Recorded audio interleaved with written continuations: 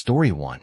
When I was a kid, I lived in Nebraska, and though some of the details are a bit hazy now, the big parts are still crystal clear in my memory. I grew up in a small rural town, surrounded by endless farmland. Our house sat on one side of a massive cornfield, and my school was on the other. Every day, I rode my bike to school. My parents worked long hours, and biking was just the simplest way for me to get around. The road to school snaked around the cornfield. It was not a bad ride, just a little longer than I would have liked sometimes. But one rule my parents were always adamant about was that I should never cut through the cornfield. They warned me I could get lost in there, and with no cell phone back then, they were right. I had heard enough stories about how disorienting cornfields could be, so I stuck to the road every time. I was not the type to have many friends nearby, so I usually biked alone. It never bothered me. In fact, I grew to love riding my bike. Even on weekends, I would take off on long rides just for the fun of it. But one weekday afternoon, everything changed. I was heading home from school like usual when my bike chain suddenly popped off. I pulled over to fix it, but no matter what I tried, I could not get it back on. My dad had shown me how to fix the chain plenty of times, but for some reason, nothing worked that day. Stuck on the side of the road with no way to call for help, I was not too thrilled about walking my bike the long way home.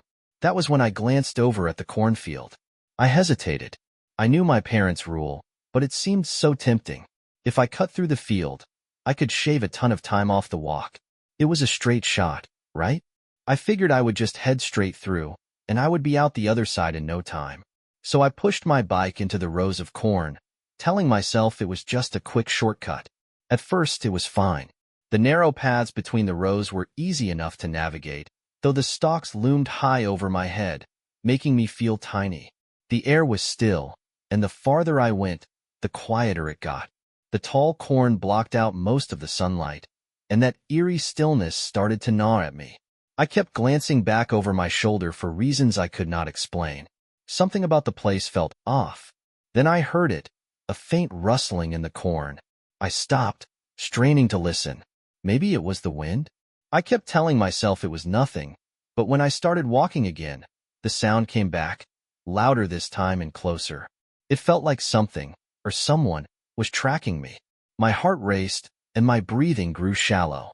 I picked up my pace, gripping my bike tightly as I moved forward. The rustling kept up, mirroring my steps. I was starting to panic. Then it stopped.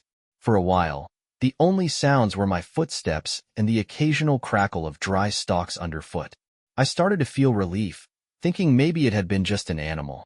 But that relief vanished when I turned a corner and saw a man standing right in the path. He was not a farmer, that much was clear.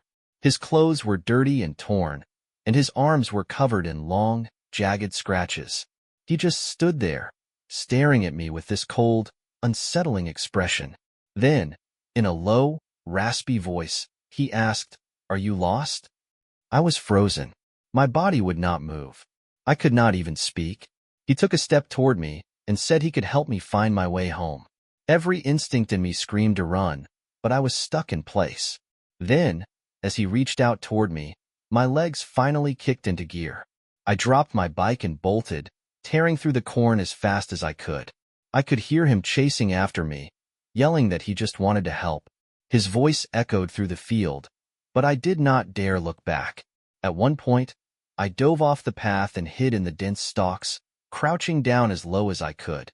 I held my breath, trembling with fear, as he passed by, muttering to himself. I will never forget his words. I will find him. He was holding something, a rope, I think.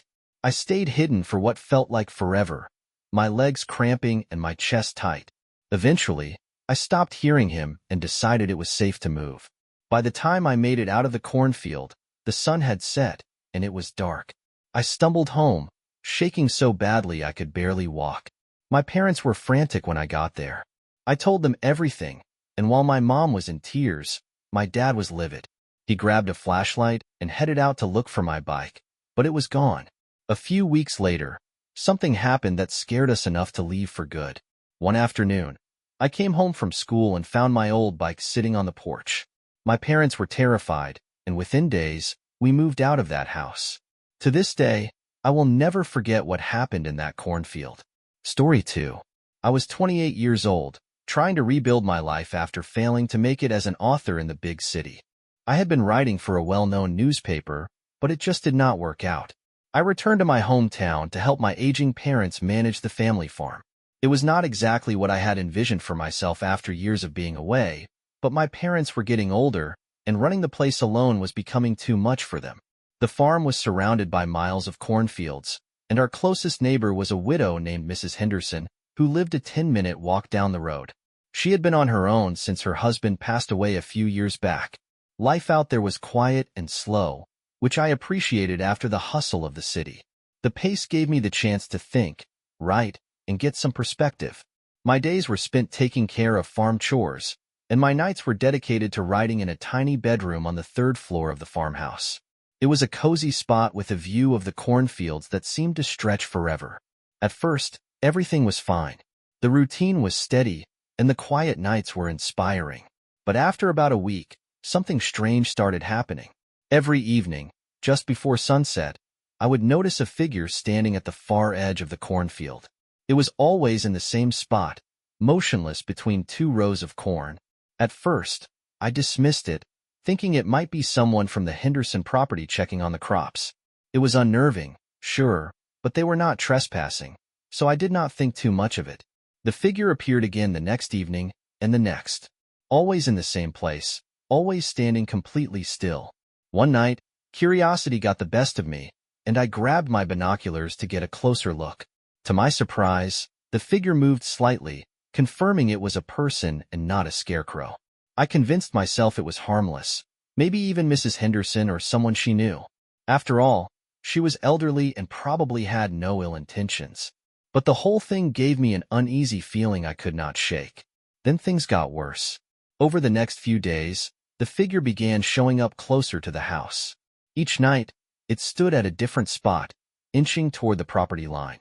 By then, I was sure this was no coincidence. Whoever it was, they were deliberately getting closer. I told my parents about it, but they brushed it off. My mom thought it might be Mrs. Henderson's son, who had a reputation for being a bit odd. My dad, ever the pragmatist, did not seem worried. One evening, I was working late in the barn when I glanced toward the edge of the cornfield. The figure was now just outside the property line, standing much closer than before. A cold shiver ran down my spine. I decided enough was enough. I marched toward the figure, yelling, "Who's there?" The figure turned and bolted into the cornfield, disappearing between the rows. I chased after it, but lost sight of them almost immediately. I returned to the house, unsettled but determined to figure out what was going on. The next morning, I walked over to Mrs. Henderson's house to ask about it. She answered the door looking frail and confused. When I told her about the figure, she shook her head and told me she had not been outside after dark in weeks due to her health. Her son, she said, had moved out years ago and had not been back since. That revelation hit me like a ton of bricks. Whoever I had seen was not her son or anyone connected to her. It was a complete stranger. That night, I could not sleep. I stayed awake, keeping an eye on the cornfield, but the figure did not return. For a few days, everything seemed to go back to normal, and I started to think maybe they had decided to leave us alone. Then one evening, as I was finishing up chores in the barn, the entire farm went dark. The power had cut out without warning. I grabbed a flashlight and stepped outside, only to hear rustling coming from the cornfield. My heart raced as I swept the flashlight beam across the field. At first, I saw nothing, but then movement caught my eye. A man emerged from the shadows, standing just a few feet away. He was bald with patches of hair, wearing dirty overalls and holding a rusty garden tool. His expression was cold and menacing. Fear took over, and I ran as fast as I could into the cornfield, hoping to lose him among the stalks. I could hear him crashing through the corn behind me, shouting something unintelligible. I turned a corner and dove into the stalks, crouching low and trying to control my breathing. He passed by without seeing me, and I stayed hidden until I was sure he was gone. When I finally made it back to the house, I called the police. They searched the property but found nothing except for the source of the power outage. Someone had dumped water on the breaker box. The next day, we installed extra security measures and warned Mrs. Henderson to be cautious. For the rest of the month, nothing else happened, but the experience left a lasting impression on me. Eventually, I moved away from the farm to pursue other opportunities, but leaving my parents behind was not easy. They hired a farmhand to help with the chores, but I still worry about them. To this day, I think about that man in the cornfield and wonder who he was and what he wanted. It remains the most unsettling experience of my life. Story 3. I recently moved to Iowa to get away from things. I got a dead-end job that pays a decent buck. It's not so bad. I'm definitely not going to stay out here forever, but the peace and quiet is good for me. There's a lot of farmland around here, which I'm sure doesn't surprise any of you. The rural environment is definitely not something I'm used to, coming from the city and all, but I'm slowly adjusting to it. About 6 months ago, I found a modest home with dirt cheap rent that I lived in for a few months. While the house itself was small, the property was actually pretty big. I had a lot of land in the backyard, more than I knew what to do with. I'm not sure if it was a farm or abandoned, but there was this massive cornfield that sat right next to my house. The field ended at a little wooden fence that sat a few feet from the physical structure. You could practically touch the outside of the house and the fence at the same time. That's how close they were. As you could probably guess, I didn't have any neighbors. Despite what you might think, I found the isolation really peaceful. Sometimes, in the evening, I found myself staring into that field from the window, reflecting on my life as the stalks billowed gently in the wind. I probably would have stayed in the house for a longer period of time had it not been for what I'm about to tell you. It was a windy October night, one of those cold nights that makes you want to sit in the comfort of a warm bedroom and look out the window at the wind blowing things around. I actually like being outside when the weather's like this. I know I'm a little odd in that regard. There's just something about shoving my hands in my jacket pockets when it's cold that makes me feel good. I was smoking a cigarette on the house's back deck, surveying the yard one more time before going back inside. I was almost finished when I heard it, a scream. It wasn't the kind of distant animal cry you hear sometimes out in the country. No, this was different. It was sharp, high-pitched, and unmistakably human. It sounded like it could have been a child, maybe a young boy. The sound echoed from the cornfield just beyond the house. Without thinking, I ran inside, grabbed my hunting rifle, and went back out. I'm not sure what came over me, but there was no way I was going to ignore a child that was potentially in danger. As I was running toward the cornfield, the scream came again, louder this time. I stopped in my tracks, scanning the dark, but I couldn't see anyone. I called out to the kid, asking him to scream again so I could find him. Silence. Adrenaline was surging through me at that point. I jumped the fence, picked a random row of corn, and ran alongside it, using my phone's crappy flashlight to see. I kept yelling out, but that kid never yelled back. Eventually, I realized I was in over my head. I called the police and explained to them what I had heard before returning to my house, waiting for them to arrive. When the officers arrived, I insisted on helping them search the field. They let me help, which I was grateful for. We searched for at least half an hour, calling out to that kid the whole time. He never yelled back, though. There was nothing out there. No footprints, no signs of movement, not a single trace that anyone had been in that field. Eventually, we gave up. The officers told me to call again if I heard anything and left. I was frustrated, but what could I do? Part of me wondered if the whole thing had been a prank, which sort of made sense. I'm sure the kids out there struggled to occupy the hours. It just made me sick to think that someone would prank another person like that. As much as I tried to convince myself that it had all been a prank, I couldn't relax after that. Little did I know that the situation was about to go from a 1 to a 10. As I was upstairs getting ready for bed, something from outside the window caught my eye. It was the last thing anyone would ever want to see outside a bedroom window. A faint orange glow. I rushed to the window, and I felt my stomach drop. Off in the distance, there were small flames rising from the cornfield, flickering wildly in the dark. I remember yelling, "Holy sh**T," over and over. I knew I had to do something. The fire wasn't huge, but I knew it would spread fast with how windy it was out there. I sprinted downstairs while calling 911, practically screaming into the phone. I grabbed the hose from the side of my house, turned it on, jumped the fence, and sprinted into the field. I prayed that it would be long enough to reach the fire. I was soaked by the time I reached the fire, but I didn't care. I knew the fire department would take forever to get there. I was the only hope. I sprayed the flames as best I could, doing everything I could to contain it. I was unbelievably lucky that it hadn't spread more quickly. I was able to put it out completely in just a few minutes.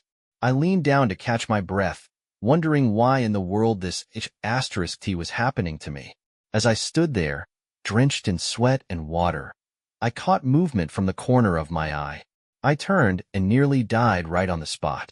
There was someone at the upstairs window of my house. They were in my bedroom. Without thinking, I dropped the hose that was still spraying water and sprinted toward the house. I threw open the door and burst into the kitchen, only to freeze in place. The entire room was trashed. My fridge and cabinets were all open, and a bunch of my dishes had been smashed on the floor. It was King crazy, and I didn't know what to think. I barely had time to process the chaos when I heard the front door slam. I spun around and ran to the front door, but by the time I got there, whoever had been inside was gone. I rushed outside again, but they were nowhere in sight. I didn't have the energy to chase them. I actually thought I was going to pass out from how chaotic the sequence of events had been. A few minutes later, the police and firefighters finally showed up. I told them what had happened, and they took things much more seriously this time around. Attempted arson is a serious felony, and they treated it like such. A bunch more police officers, and even some police dogs were brought out to conduct a more thorough search. But once again, they didn't find anything. Clearly, they had enough time to escape on foot. For a few weeks, I couldn't sleep. Every creak, every rustle in the night set me on edge. I slept with my hunting rifle on the floor next to me every night until I was able to move out. I kept thinking about what had happened. It didn't make any sense. But what gets me the most is that first scream. It makes me sick to think that there might have actually been a child in danger, not even 100 yards from me.